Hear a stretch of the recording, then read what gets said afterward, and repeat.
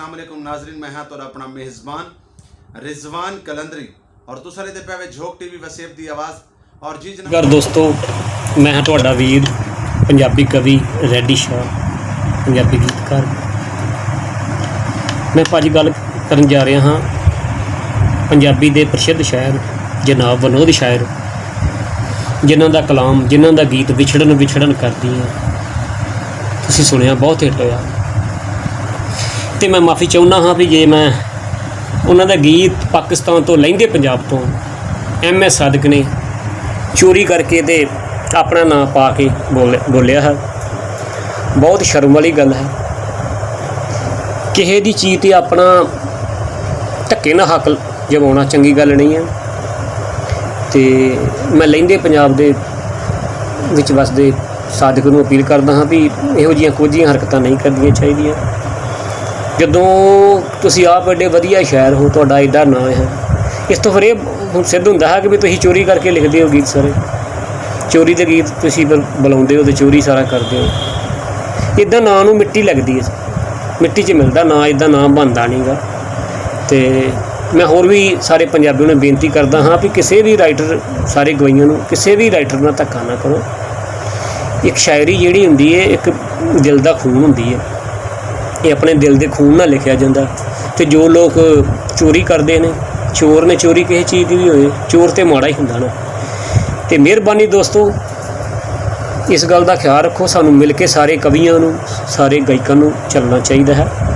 तो जिद्दां शायर जी ना अपने उस्ताद विनोद शायर जी ना इदां होया है, इदां होरां नाल भी हो सकदा है। इसलिए एकजुट होकर ते इहदा विरोध करो। मेहरबानी, शुक्रिया। हाँ जी, सत श्री अकाल जी सारिਆਂ ਨੂੰ, सलाम वालेकुम। मैं तुहाडा अपना छोटा वीर शायर विक्की गिल चढ़दे पंजाब इंडिया तो। भाजी एक गल करन जा रहा जो कि साडे बहुत रिस्पैक्टेड, साडे चढ़दे पंजाब दे बहुत अच्छे गुलूकार, बहुत अच्छे शायर विनोद शायर जी, जिन्हां दा एक सॉन्ग बहुत मशहूर होया पूरे वर्ल्ड दे विच। काफ़ी सॉन्ग उन्हां दे सुपर डुपर हिट रहे ने। उन्हां चों एक सॉन्ग आ विछड़न विछड़न करदियां जदों विछड़ेंगी पता लग जाऊगा। वो सारी दुनिया नूं पता है भी विनोद शायर भाजी हुणां दा लिखिया होया सॉन्ग आ। ते लहिंदे पंजाब तो एक शायर ने सादिक साहब, काफ़ी मैं उन्हां दे सॉन्ग सुने ने, बहुत अच्छे सॉन्ग ने यार, कहना पेगा। पर उन्हां ने भाजी हुणां दा गाना साडे चढ़दे पंजाब तो विनोद शायर जी वड्डे वीर, उन्हां दा सॉन्ग तरोड़ मरोड़ के तो उन्हां विच अपना नाम पाया। कोई गल समझ नहीं आई यार। सादिक साहब तुसीं एडे वड्डे शायर हो, तुहाडे इन्ने सॉन्ग चल रहे ने, तुहानूं की लोड़ आ किसी दे मैटर दे विच अपनी एवें नाम लिख के मान लो भी अपना नाम पा के गाना रिलीज़ करन दी की लोड़ आ तुहानूं? मैनूं तां लगदा भाजी तुसीं इदां ही करदे हो, खुद गाने नहीं लिखदे। कोई तुहाडे कोल स्टूडियो च आउंदा होना गाने लैके ते उन्हां नूं तुसीं मैटर उन्हां दा रख लैंदे होगे ते चोरी करके अपना नाम पा के रिलीज़ कर दिंदे होगे।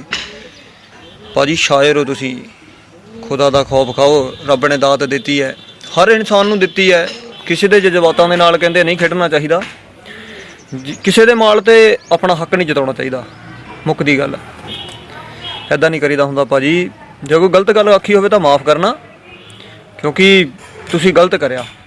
क्योंकि मैं भाजी हुणां दी अज वीडियो देखी, विनोद शायर जी हुणां दी, उन्होंने जो गल कीती कमाल हो गई यार। खुद शायर हो के किसी का मैटर यार चोरी करना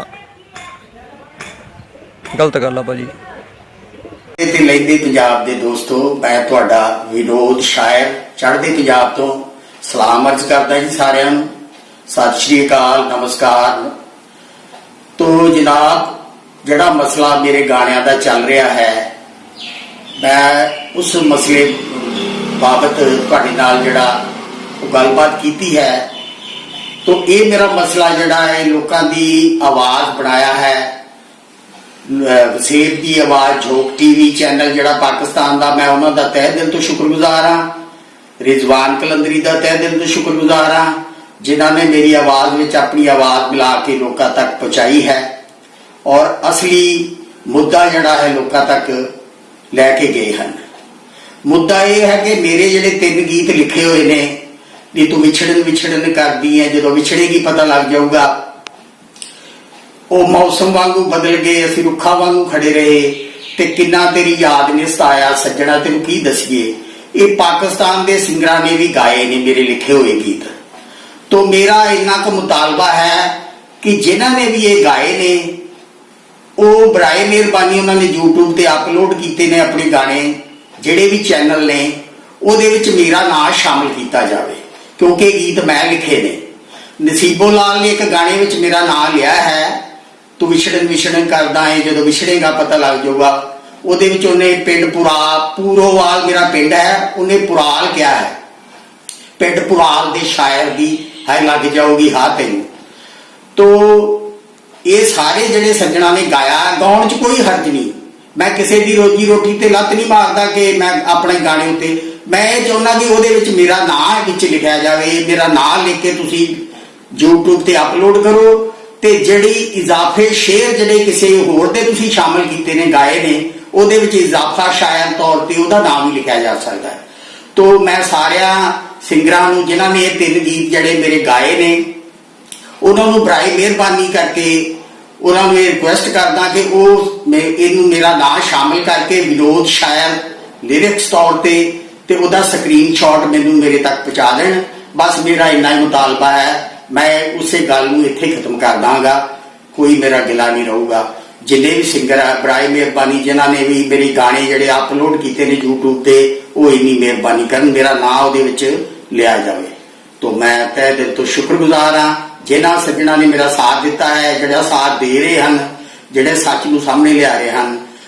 ਝੋਕ ਟੀਵੀ ਰਿਜ਼ਵਾਨ ਕਲੰਦਰੀ ਜੀ ਦਾ ਤਹਿ ਦਿਲ ਤੋਂ ਫਿਰ ਇੱਕ ਵਾਰੀ ਮੈਂ ਸ਼ੁਕਰੀਆ ਅਦਾ ਕਰਦਾ। ਤੁਹਾਡਾ ਵਿਨੋਦ ਸ਼ਾਇਰ ਫਰਾਮ ਬਟਾਲਾ, ਚੜ੍ਹਦਾ ਪੰਜਾਬ। ਹੱਸਦੇ ਵਸਦੇ ਰਹੋ।